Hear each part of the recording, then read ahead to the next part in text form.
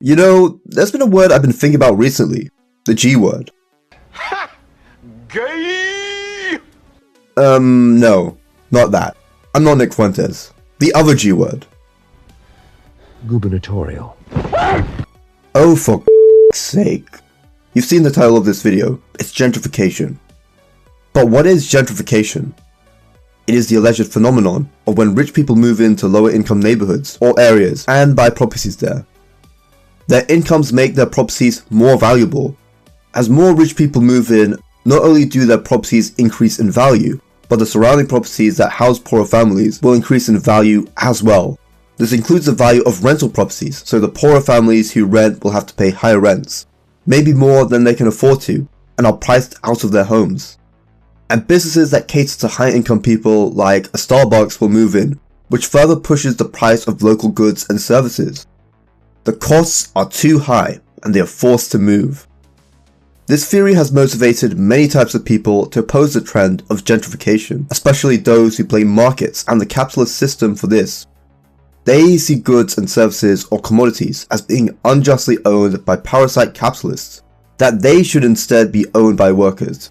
They see commodities like housing as really important to be owned collectively. After all, the great Karl Marx wrote in Das Kapital, a commodity appears, at first sight, a very trivial thing, and easily understood.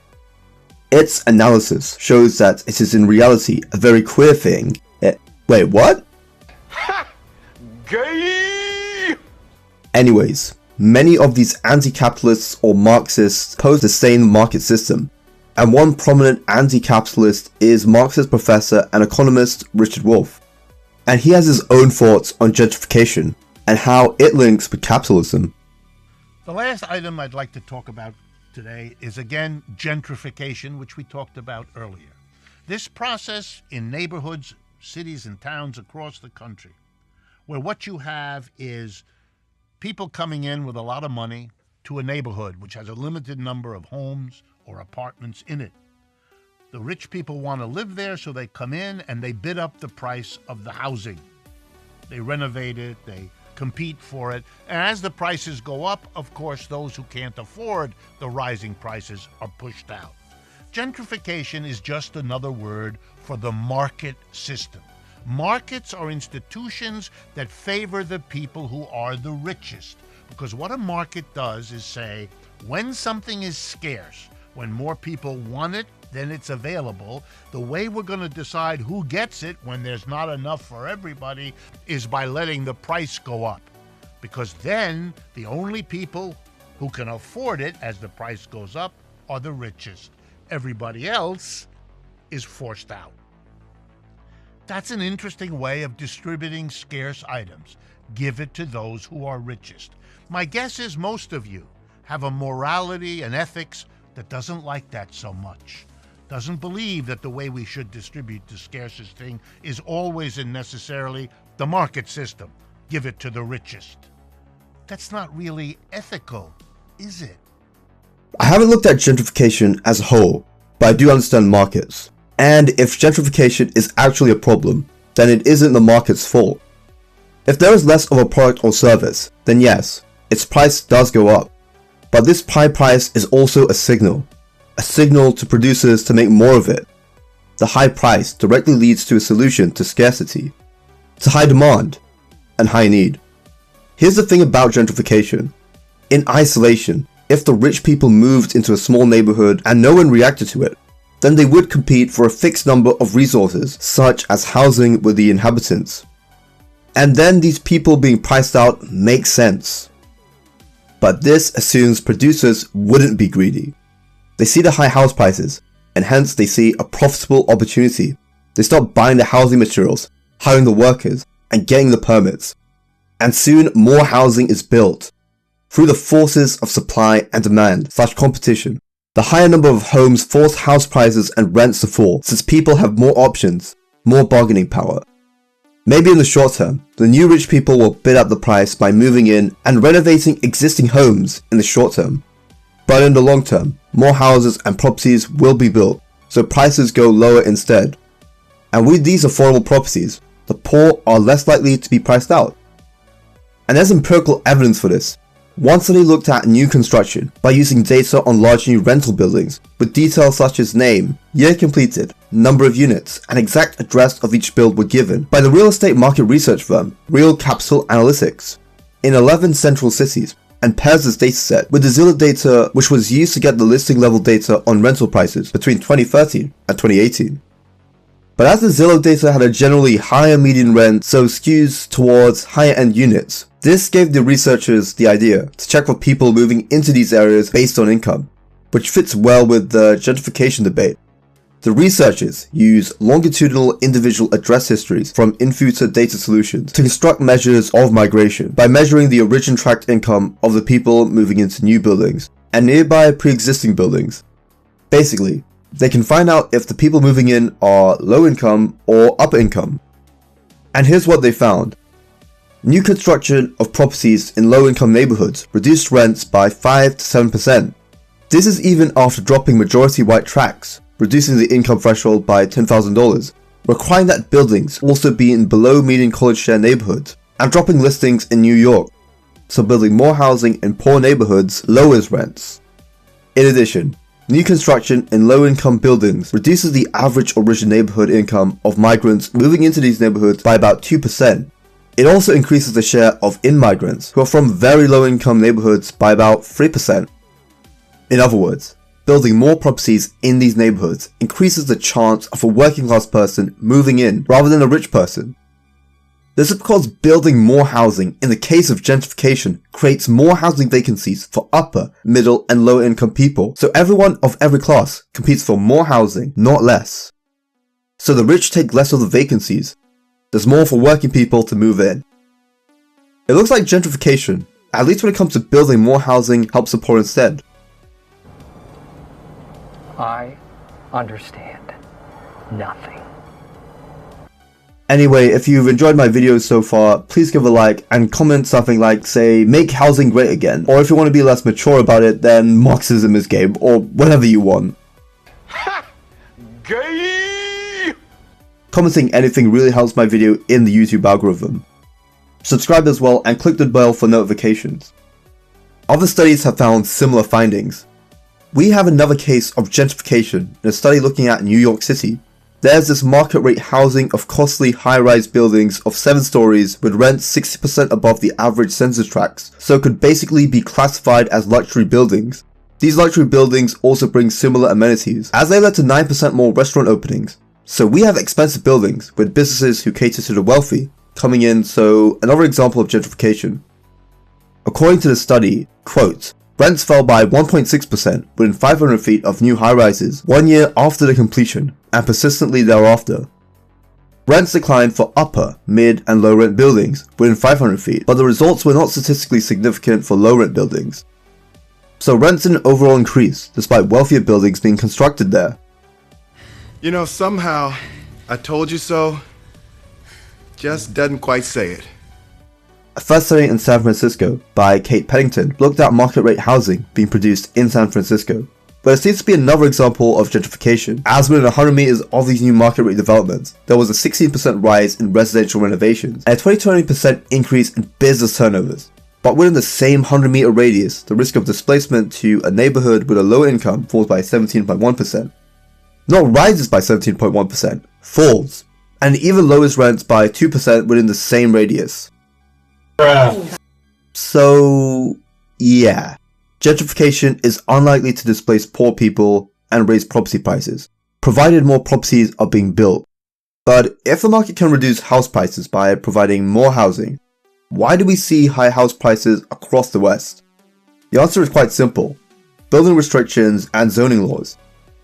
Legal restrictions on building houses makes it harder to build homes, which raises costs and reduces the incentive to build more and better housing. This is worsened by zoning approval waiting times, where it can take a long time to approve a house being built in an area. This creates further problems, since it will take longer for the builders to make a profit, longer to get the housing society desperately needs, and makes building a house riskier, which further discourages people from building more homes. Basic economics. Researchers from the Federal Reserve Bank of New York looked into these zoning laws. using the 1989 Water and Land Use Control Survey to find measures of zoning in the central cities or 45 metropolitan areas. The researchers find a time between the application of a zoning permit and the issuance of said building permit. This zoning measure can take on values ranging from 1 to 5. The value of zoning takes a value of 1 if the amount of time it takes to receive a permit takes less than 3 months, a value of 2 if it takes between 3 and 6 months, a value of 3 if it takes between 7 and 12 months, a value of 4 if it takes between 1 and 2 years, and 5 if it takes more than 2 years. As you increase the index by 1, 15% of the housing stock becomes quite expensive. In addition, quote, increasing a single category in terms of permit issuance lag is associated with a nearly $7 per square feet increase in the implicit zoning tax. So the housing is correlated with burdensome regulations and excess zoning permit waiting times. So it's clear that if you want to help people with the housing market, it's cutting these zoning laws and building restrictions that make it harder to build homes, hurting the housing supply and raising prices. But Mr. Wolff has something else to say. You know, here in the United States during World War II, we thought that we would need a lot of resources to fight a war, which is true, and that the resources left for everything else, food, clothing, and shelter for the American people, would mean that those things would be scarce. Sugar, gasoline, milk, meat, and so on. So the idea was, well, we can let the market handle that. Well, if there's a lot of people who want milk, gas, meat, sugar, and there isn't a lot of it, they're going to bid up the price. And so the only people who will do well during the war are the richest people. Wow. That's not a way to build solidarity in a society. That's not how to bring a society together to fight a dangerous war. So we got rid of the market in all of those key items. We had ration cards. The government handed out cards to Americans according to their needs. We distributed milk according to how many kids you had in your family, not how much money you had, because it was smarter, more solidarity among us, more ethical, more in line with our morals. Well, if it was true during the war, why not do it during the peace too? Letting markets be the institution is serving the rich. They're the ones who like that institution. For the rest of us, it makes no sense. There are better ways of distributing goods and services than allowing the market to allocate scarcity to the richest amongst us. Yeah, well, you know, that's just like your opinion, man. I haven't looked that much into the efficacy of price controls and rationing back in World War II, though my friend the political checkmate has his own take on it, also responding to Richard Wolff on that point if you're interested in that. But let's assume that these price controls were effective during World War II and were better than market signals in distributing limited resources during this time period. The difference is the context. In peacetime, markets use prices as signals to show what resources are limited and what products are in high demand to make sure that limited resources aren't quickly consumed, and that producers know what products to make, how much, and not to overproduce and not to waste resources. In other words, the best way to efficiently allocate scarce resources. In a war, resources are artificially destroyed through armies, tanks, bombs, and more. It's hard for producers to meet demand because their capabilities to produce valuable goods and services are being destroyed, and people will starve. So to protect these resources and productive capabilities, the government invests and utilizes their weapons and armies to combat enemy states waging war, like the Nazis or the Japanese back in World War II. And this is kind of a life or death scenario for the country or economy involved. As many resources as possible must be used to defend the nation and its productive capacity, and often at the expense of other areas of the economy. Food production, transport, metals, construction, they all suffer because they have less resources to use. This creates the idea that less should be produced and less should be consumed for the war effort, which is why some people prefer price controls during these times, because they need something to make people eat less by force. This is a horrible scenario that arguably makes sense during wartime, but definitely does not during peacetime, because the effective capabilities of the market and production are not being bombed and destroyed during peacetime. I understand nothing. Anyways, I hope you enjoyed that video. I've actually responded to Richard Wolff in the past on surplus value and capitalism. but that was like 5 years ago, and I haven't recently because I consider surplus value a dead horse, and Richard Wolff also a dead horse when it comes to that point. But since that video was 5 years ago, it was pretty low quality, and I don't know, I think I should make an updated video. Since there's still a lot of Marxists and anti-capitalists that believe that profit is theft, and I'm trying to develop my arguments further to try and make them more convincing and help these people understand the problems with their argument. Another reason I made this video is because the study I used for today will be used later for my housing video titled "Why Are House Prices So High?" in response to Kyle Kulinski.